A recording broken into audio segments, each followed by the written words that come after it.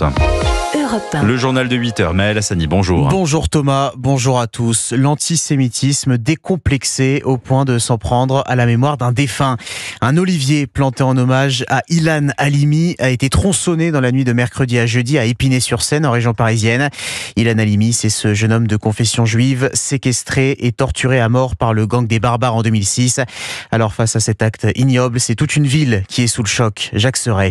Hervé Chevreau, le maire sans étiquette d'Épinay-sur-Seine, n'en revient pas. C'est vraiment un choc terrible parce qu'on n'a jamais eu un souci avec l'ensemble des communautés sur la ville d'Épinay-sur-Seine. C'est un acte vraiment odieux, ignoble. C'est vraiment un acte antisémite. On ne peut pas avoir d'autres mots, sachant qu'au pied de cet arbre-là, il y avait effectivement la stèle en mémoire d'Ilan Halimi avec une citation, et qu'il y avait d'autres arbres dans le parc, et qu'il y avait d'ailleurs un autre olivier dans ce parc. L'individu est bien venu couper celui-ci. Consterné, dépité, cet élu y voit la conséquence d'une atmosphère créée par certains responsables politiques. Il suffit que dans l'esprit d'un individu qui soit à l'écoute de certaines paroles ou de certaines manifestations, fait que ça peut dégénérer, comme c'est le cas par rapport à ce qui s'est passé cette nuit à Épinay-sur-Seine. Vous pensez à la France Insoumise en particulier ? Oui, parce que sur la ville d'Épinay-sur-Seine, la France Insoumise et la CGT manifestent depuis un certain nombre de samedis sur l'espace public par rapport à la situation de Gaza. Il y a obligatoirement un lien de près ou de loin. Hervé Chevreau a porté plainte. Il espère désormais que la vidéosurveillance aux abords du parc permettra de retrouver l'auteur de l'abattage de cet arbre.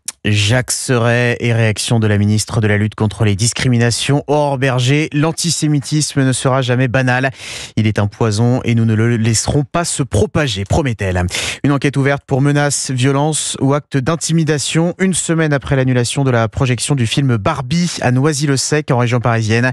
La municipalité avait reculé face aux pressions d'habitants qui voyaient dans ce blockbuster une apologie de l'homosexualité et une atteinte à l'intégrité de la femme.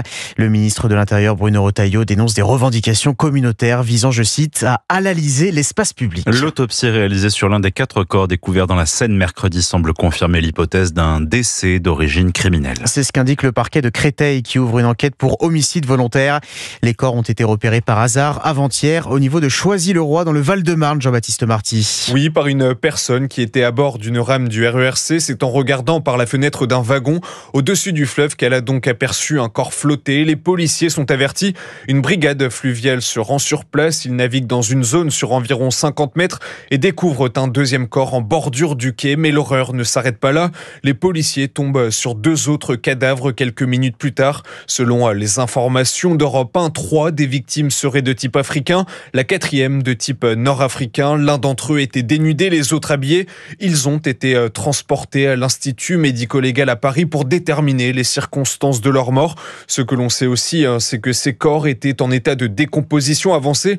Aucune piste n'est à ce stade privilégiée, mais selon les informations d'Europe 1, des traces de strangulation auraient été constatées sur l'une des victimes. Jean-Baptiste Marty, journaliste police-justice à la rédaction d'Europe 1. Il est 8h04, vous écoutez Europe 1 matin. Le monde entier, le regard tourné vers l'Alaska. Donald Trump et Vladimir Poutine vont se rencontrer ce soir à 21h30 sur une base militaire d'Anchorage.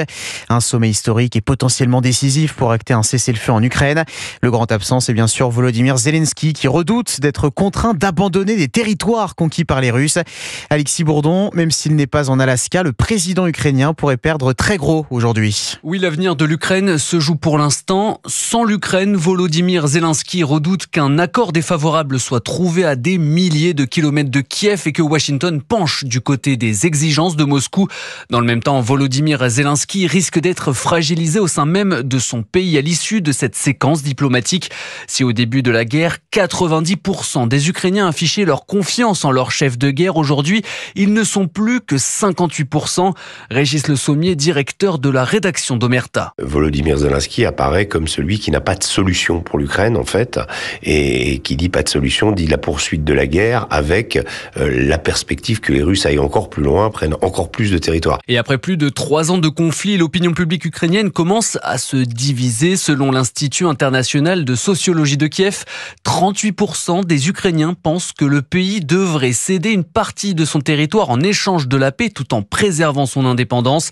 Volodymyr Zelensky, lui, refuse de céder le moindre kilomètre carré à la Russie. Alexis Bourdon, et si les échanges entre Donald Trump et Vladimir Poutine se passent bien ce soir, le président américain espère pouvoir réunir dans la même pièce les présidents ukrainiens et russes pour acter un éventuel cessez-le-feu.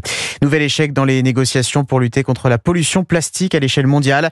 Le deuxième projet d'accord soumis cette nuit au vote des 185 participants est rejeté. Toujours pas de compromis après 10 jours de négociations à Genève en Suisse sous l'égide de l'ONU. Ce sommet devait s'achever hier avant d'être prolongé en raison des blocages persistants. 8e jour de canicule en France. 70 départements maintenus aujourd'hui en vigilance orange. Jusqu'à 40 degrés attendus dans le sud-ouest et sur l'arc méditerranéen. Risque élevé de feux de forêt également. Alerte rouge demain dans la Drôme et l'Aude. L'Aude dévastée la semaine dernière par un gigantesque incendie. 17 000 hectares de végétation parcourus, des terrains agricoles dévastés. Aurélien Fleureau, un fonds d'urgence de 8 millions d'euros vient d'être débloqué. Une aide forcément salvatrice. Oui, parce que ce fonds d'urgence va permettre d'indemniser les pertes de récolte, mais aussi les destructions de vignes, de bâtiments et de matériel agricole.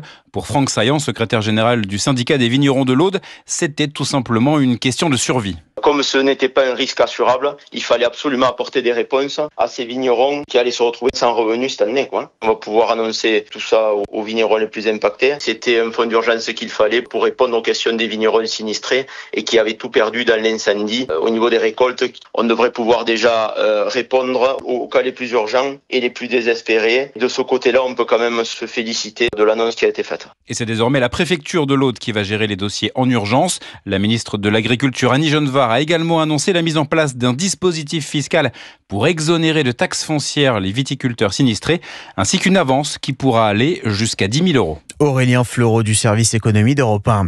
Dans le Gard, la foudre s'est abattue sur une ligne haute tension, provoquant une importante panne de courant hier soir, notamment à Nîmes, où des rues ont été totalement plongées dans le noir. D'autres villes également touchées, comme Calvisson ou Aigues-Mortes. La situation est revenue à la normale peu avant minuit. En ce 15 août, tous les lieux de culte catholiques vont célébrer l'Assomption. Ce sera bien sûr le cas à Notre-Dame de Paris. Oui, et pour la première fois depuis la réouverture de la cathédrale en décembre dernier. Depuis cette résurrection, les visiteurs sont sans surprise au rendez-vous. 12 millions attendus d'ici la fin de l'année, ce qui permettrait à Notre-Dame de retrouver le titre de monument le plus fréquenté de France. Avec 35 000 entrées par jour. Alors forcément, il y a du monde, il y a de l'attente, mais ça vaut le coup. Le reportage européen d'Antoine Bienvaux. Sous la chaleur écrasante qui frappe le parvis de Notre-Dame, ils sont des milliers à faire la queue dans l'interminable file d'attente qui serpente devant l'édifice. Prévoyant et bien averti de la forte affluence, Jeanne et son conjoint ont prévu plusieurs bouteilles d'eau pour patienter. Ça fait 1h15 qu'on fait la queue, c'est pas étonnant. C'est un monument connu de partout à travers le monde. Forcément, il y a beaucoup de monde. C'est les vacances aussi. C'est les vacances aussi.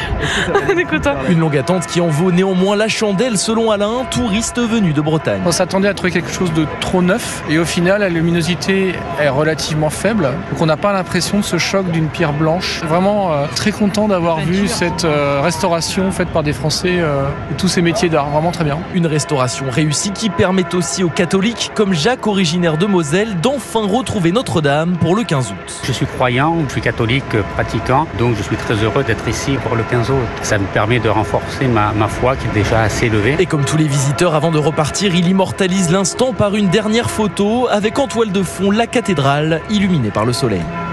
Le reportage européen d'Antoine Bienvaux. Et puis c'est reparti pour une saison. La Ligue 1 de football revient ce soir. En ouverture de la première journée, une belle affiche à 20h45. Stade Rennais, Olympique de Marseille. Merci Maël Hassani.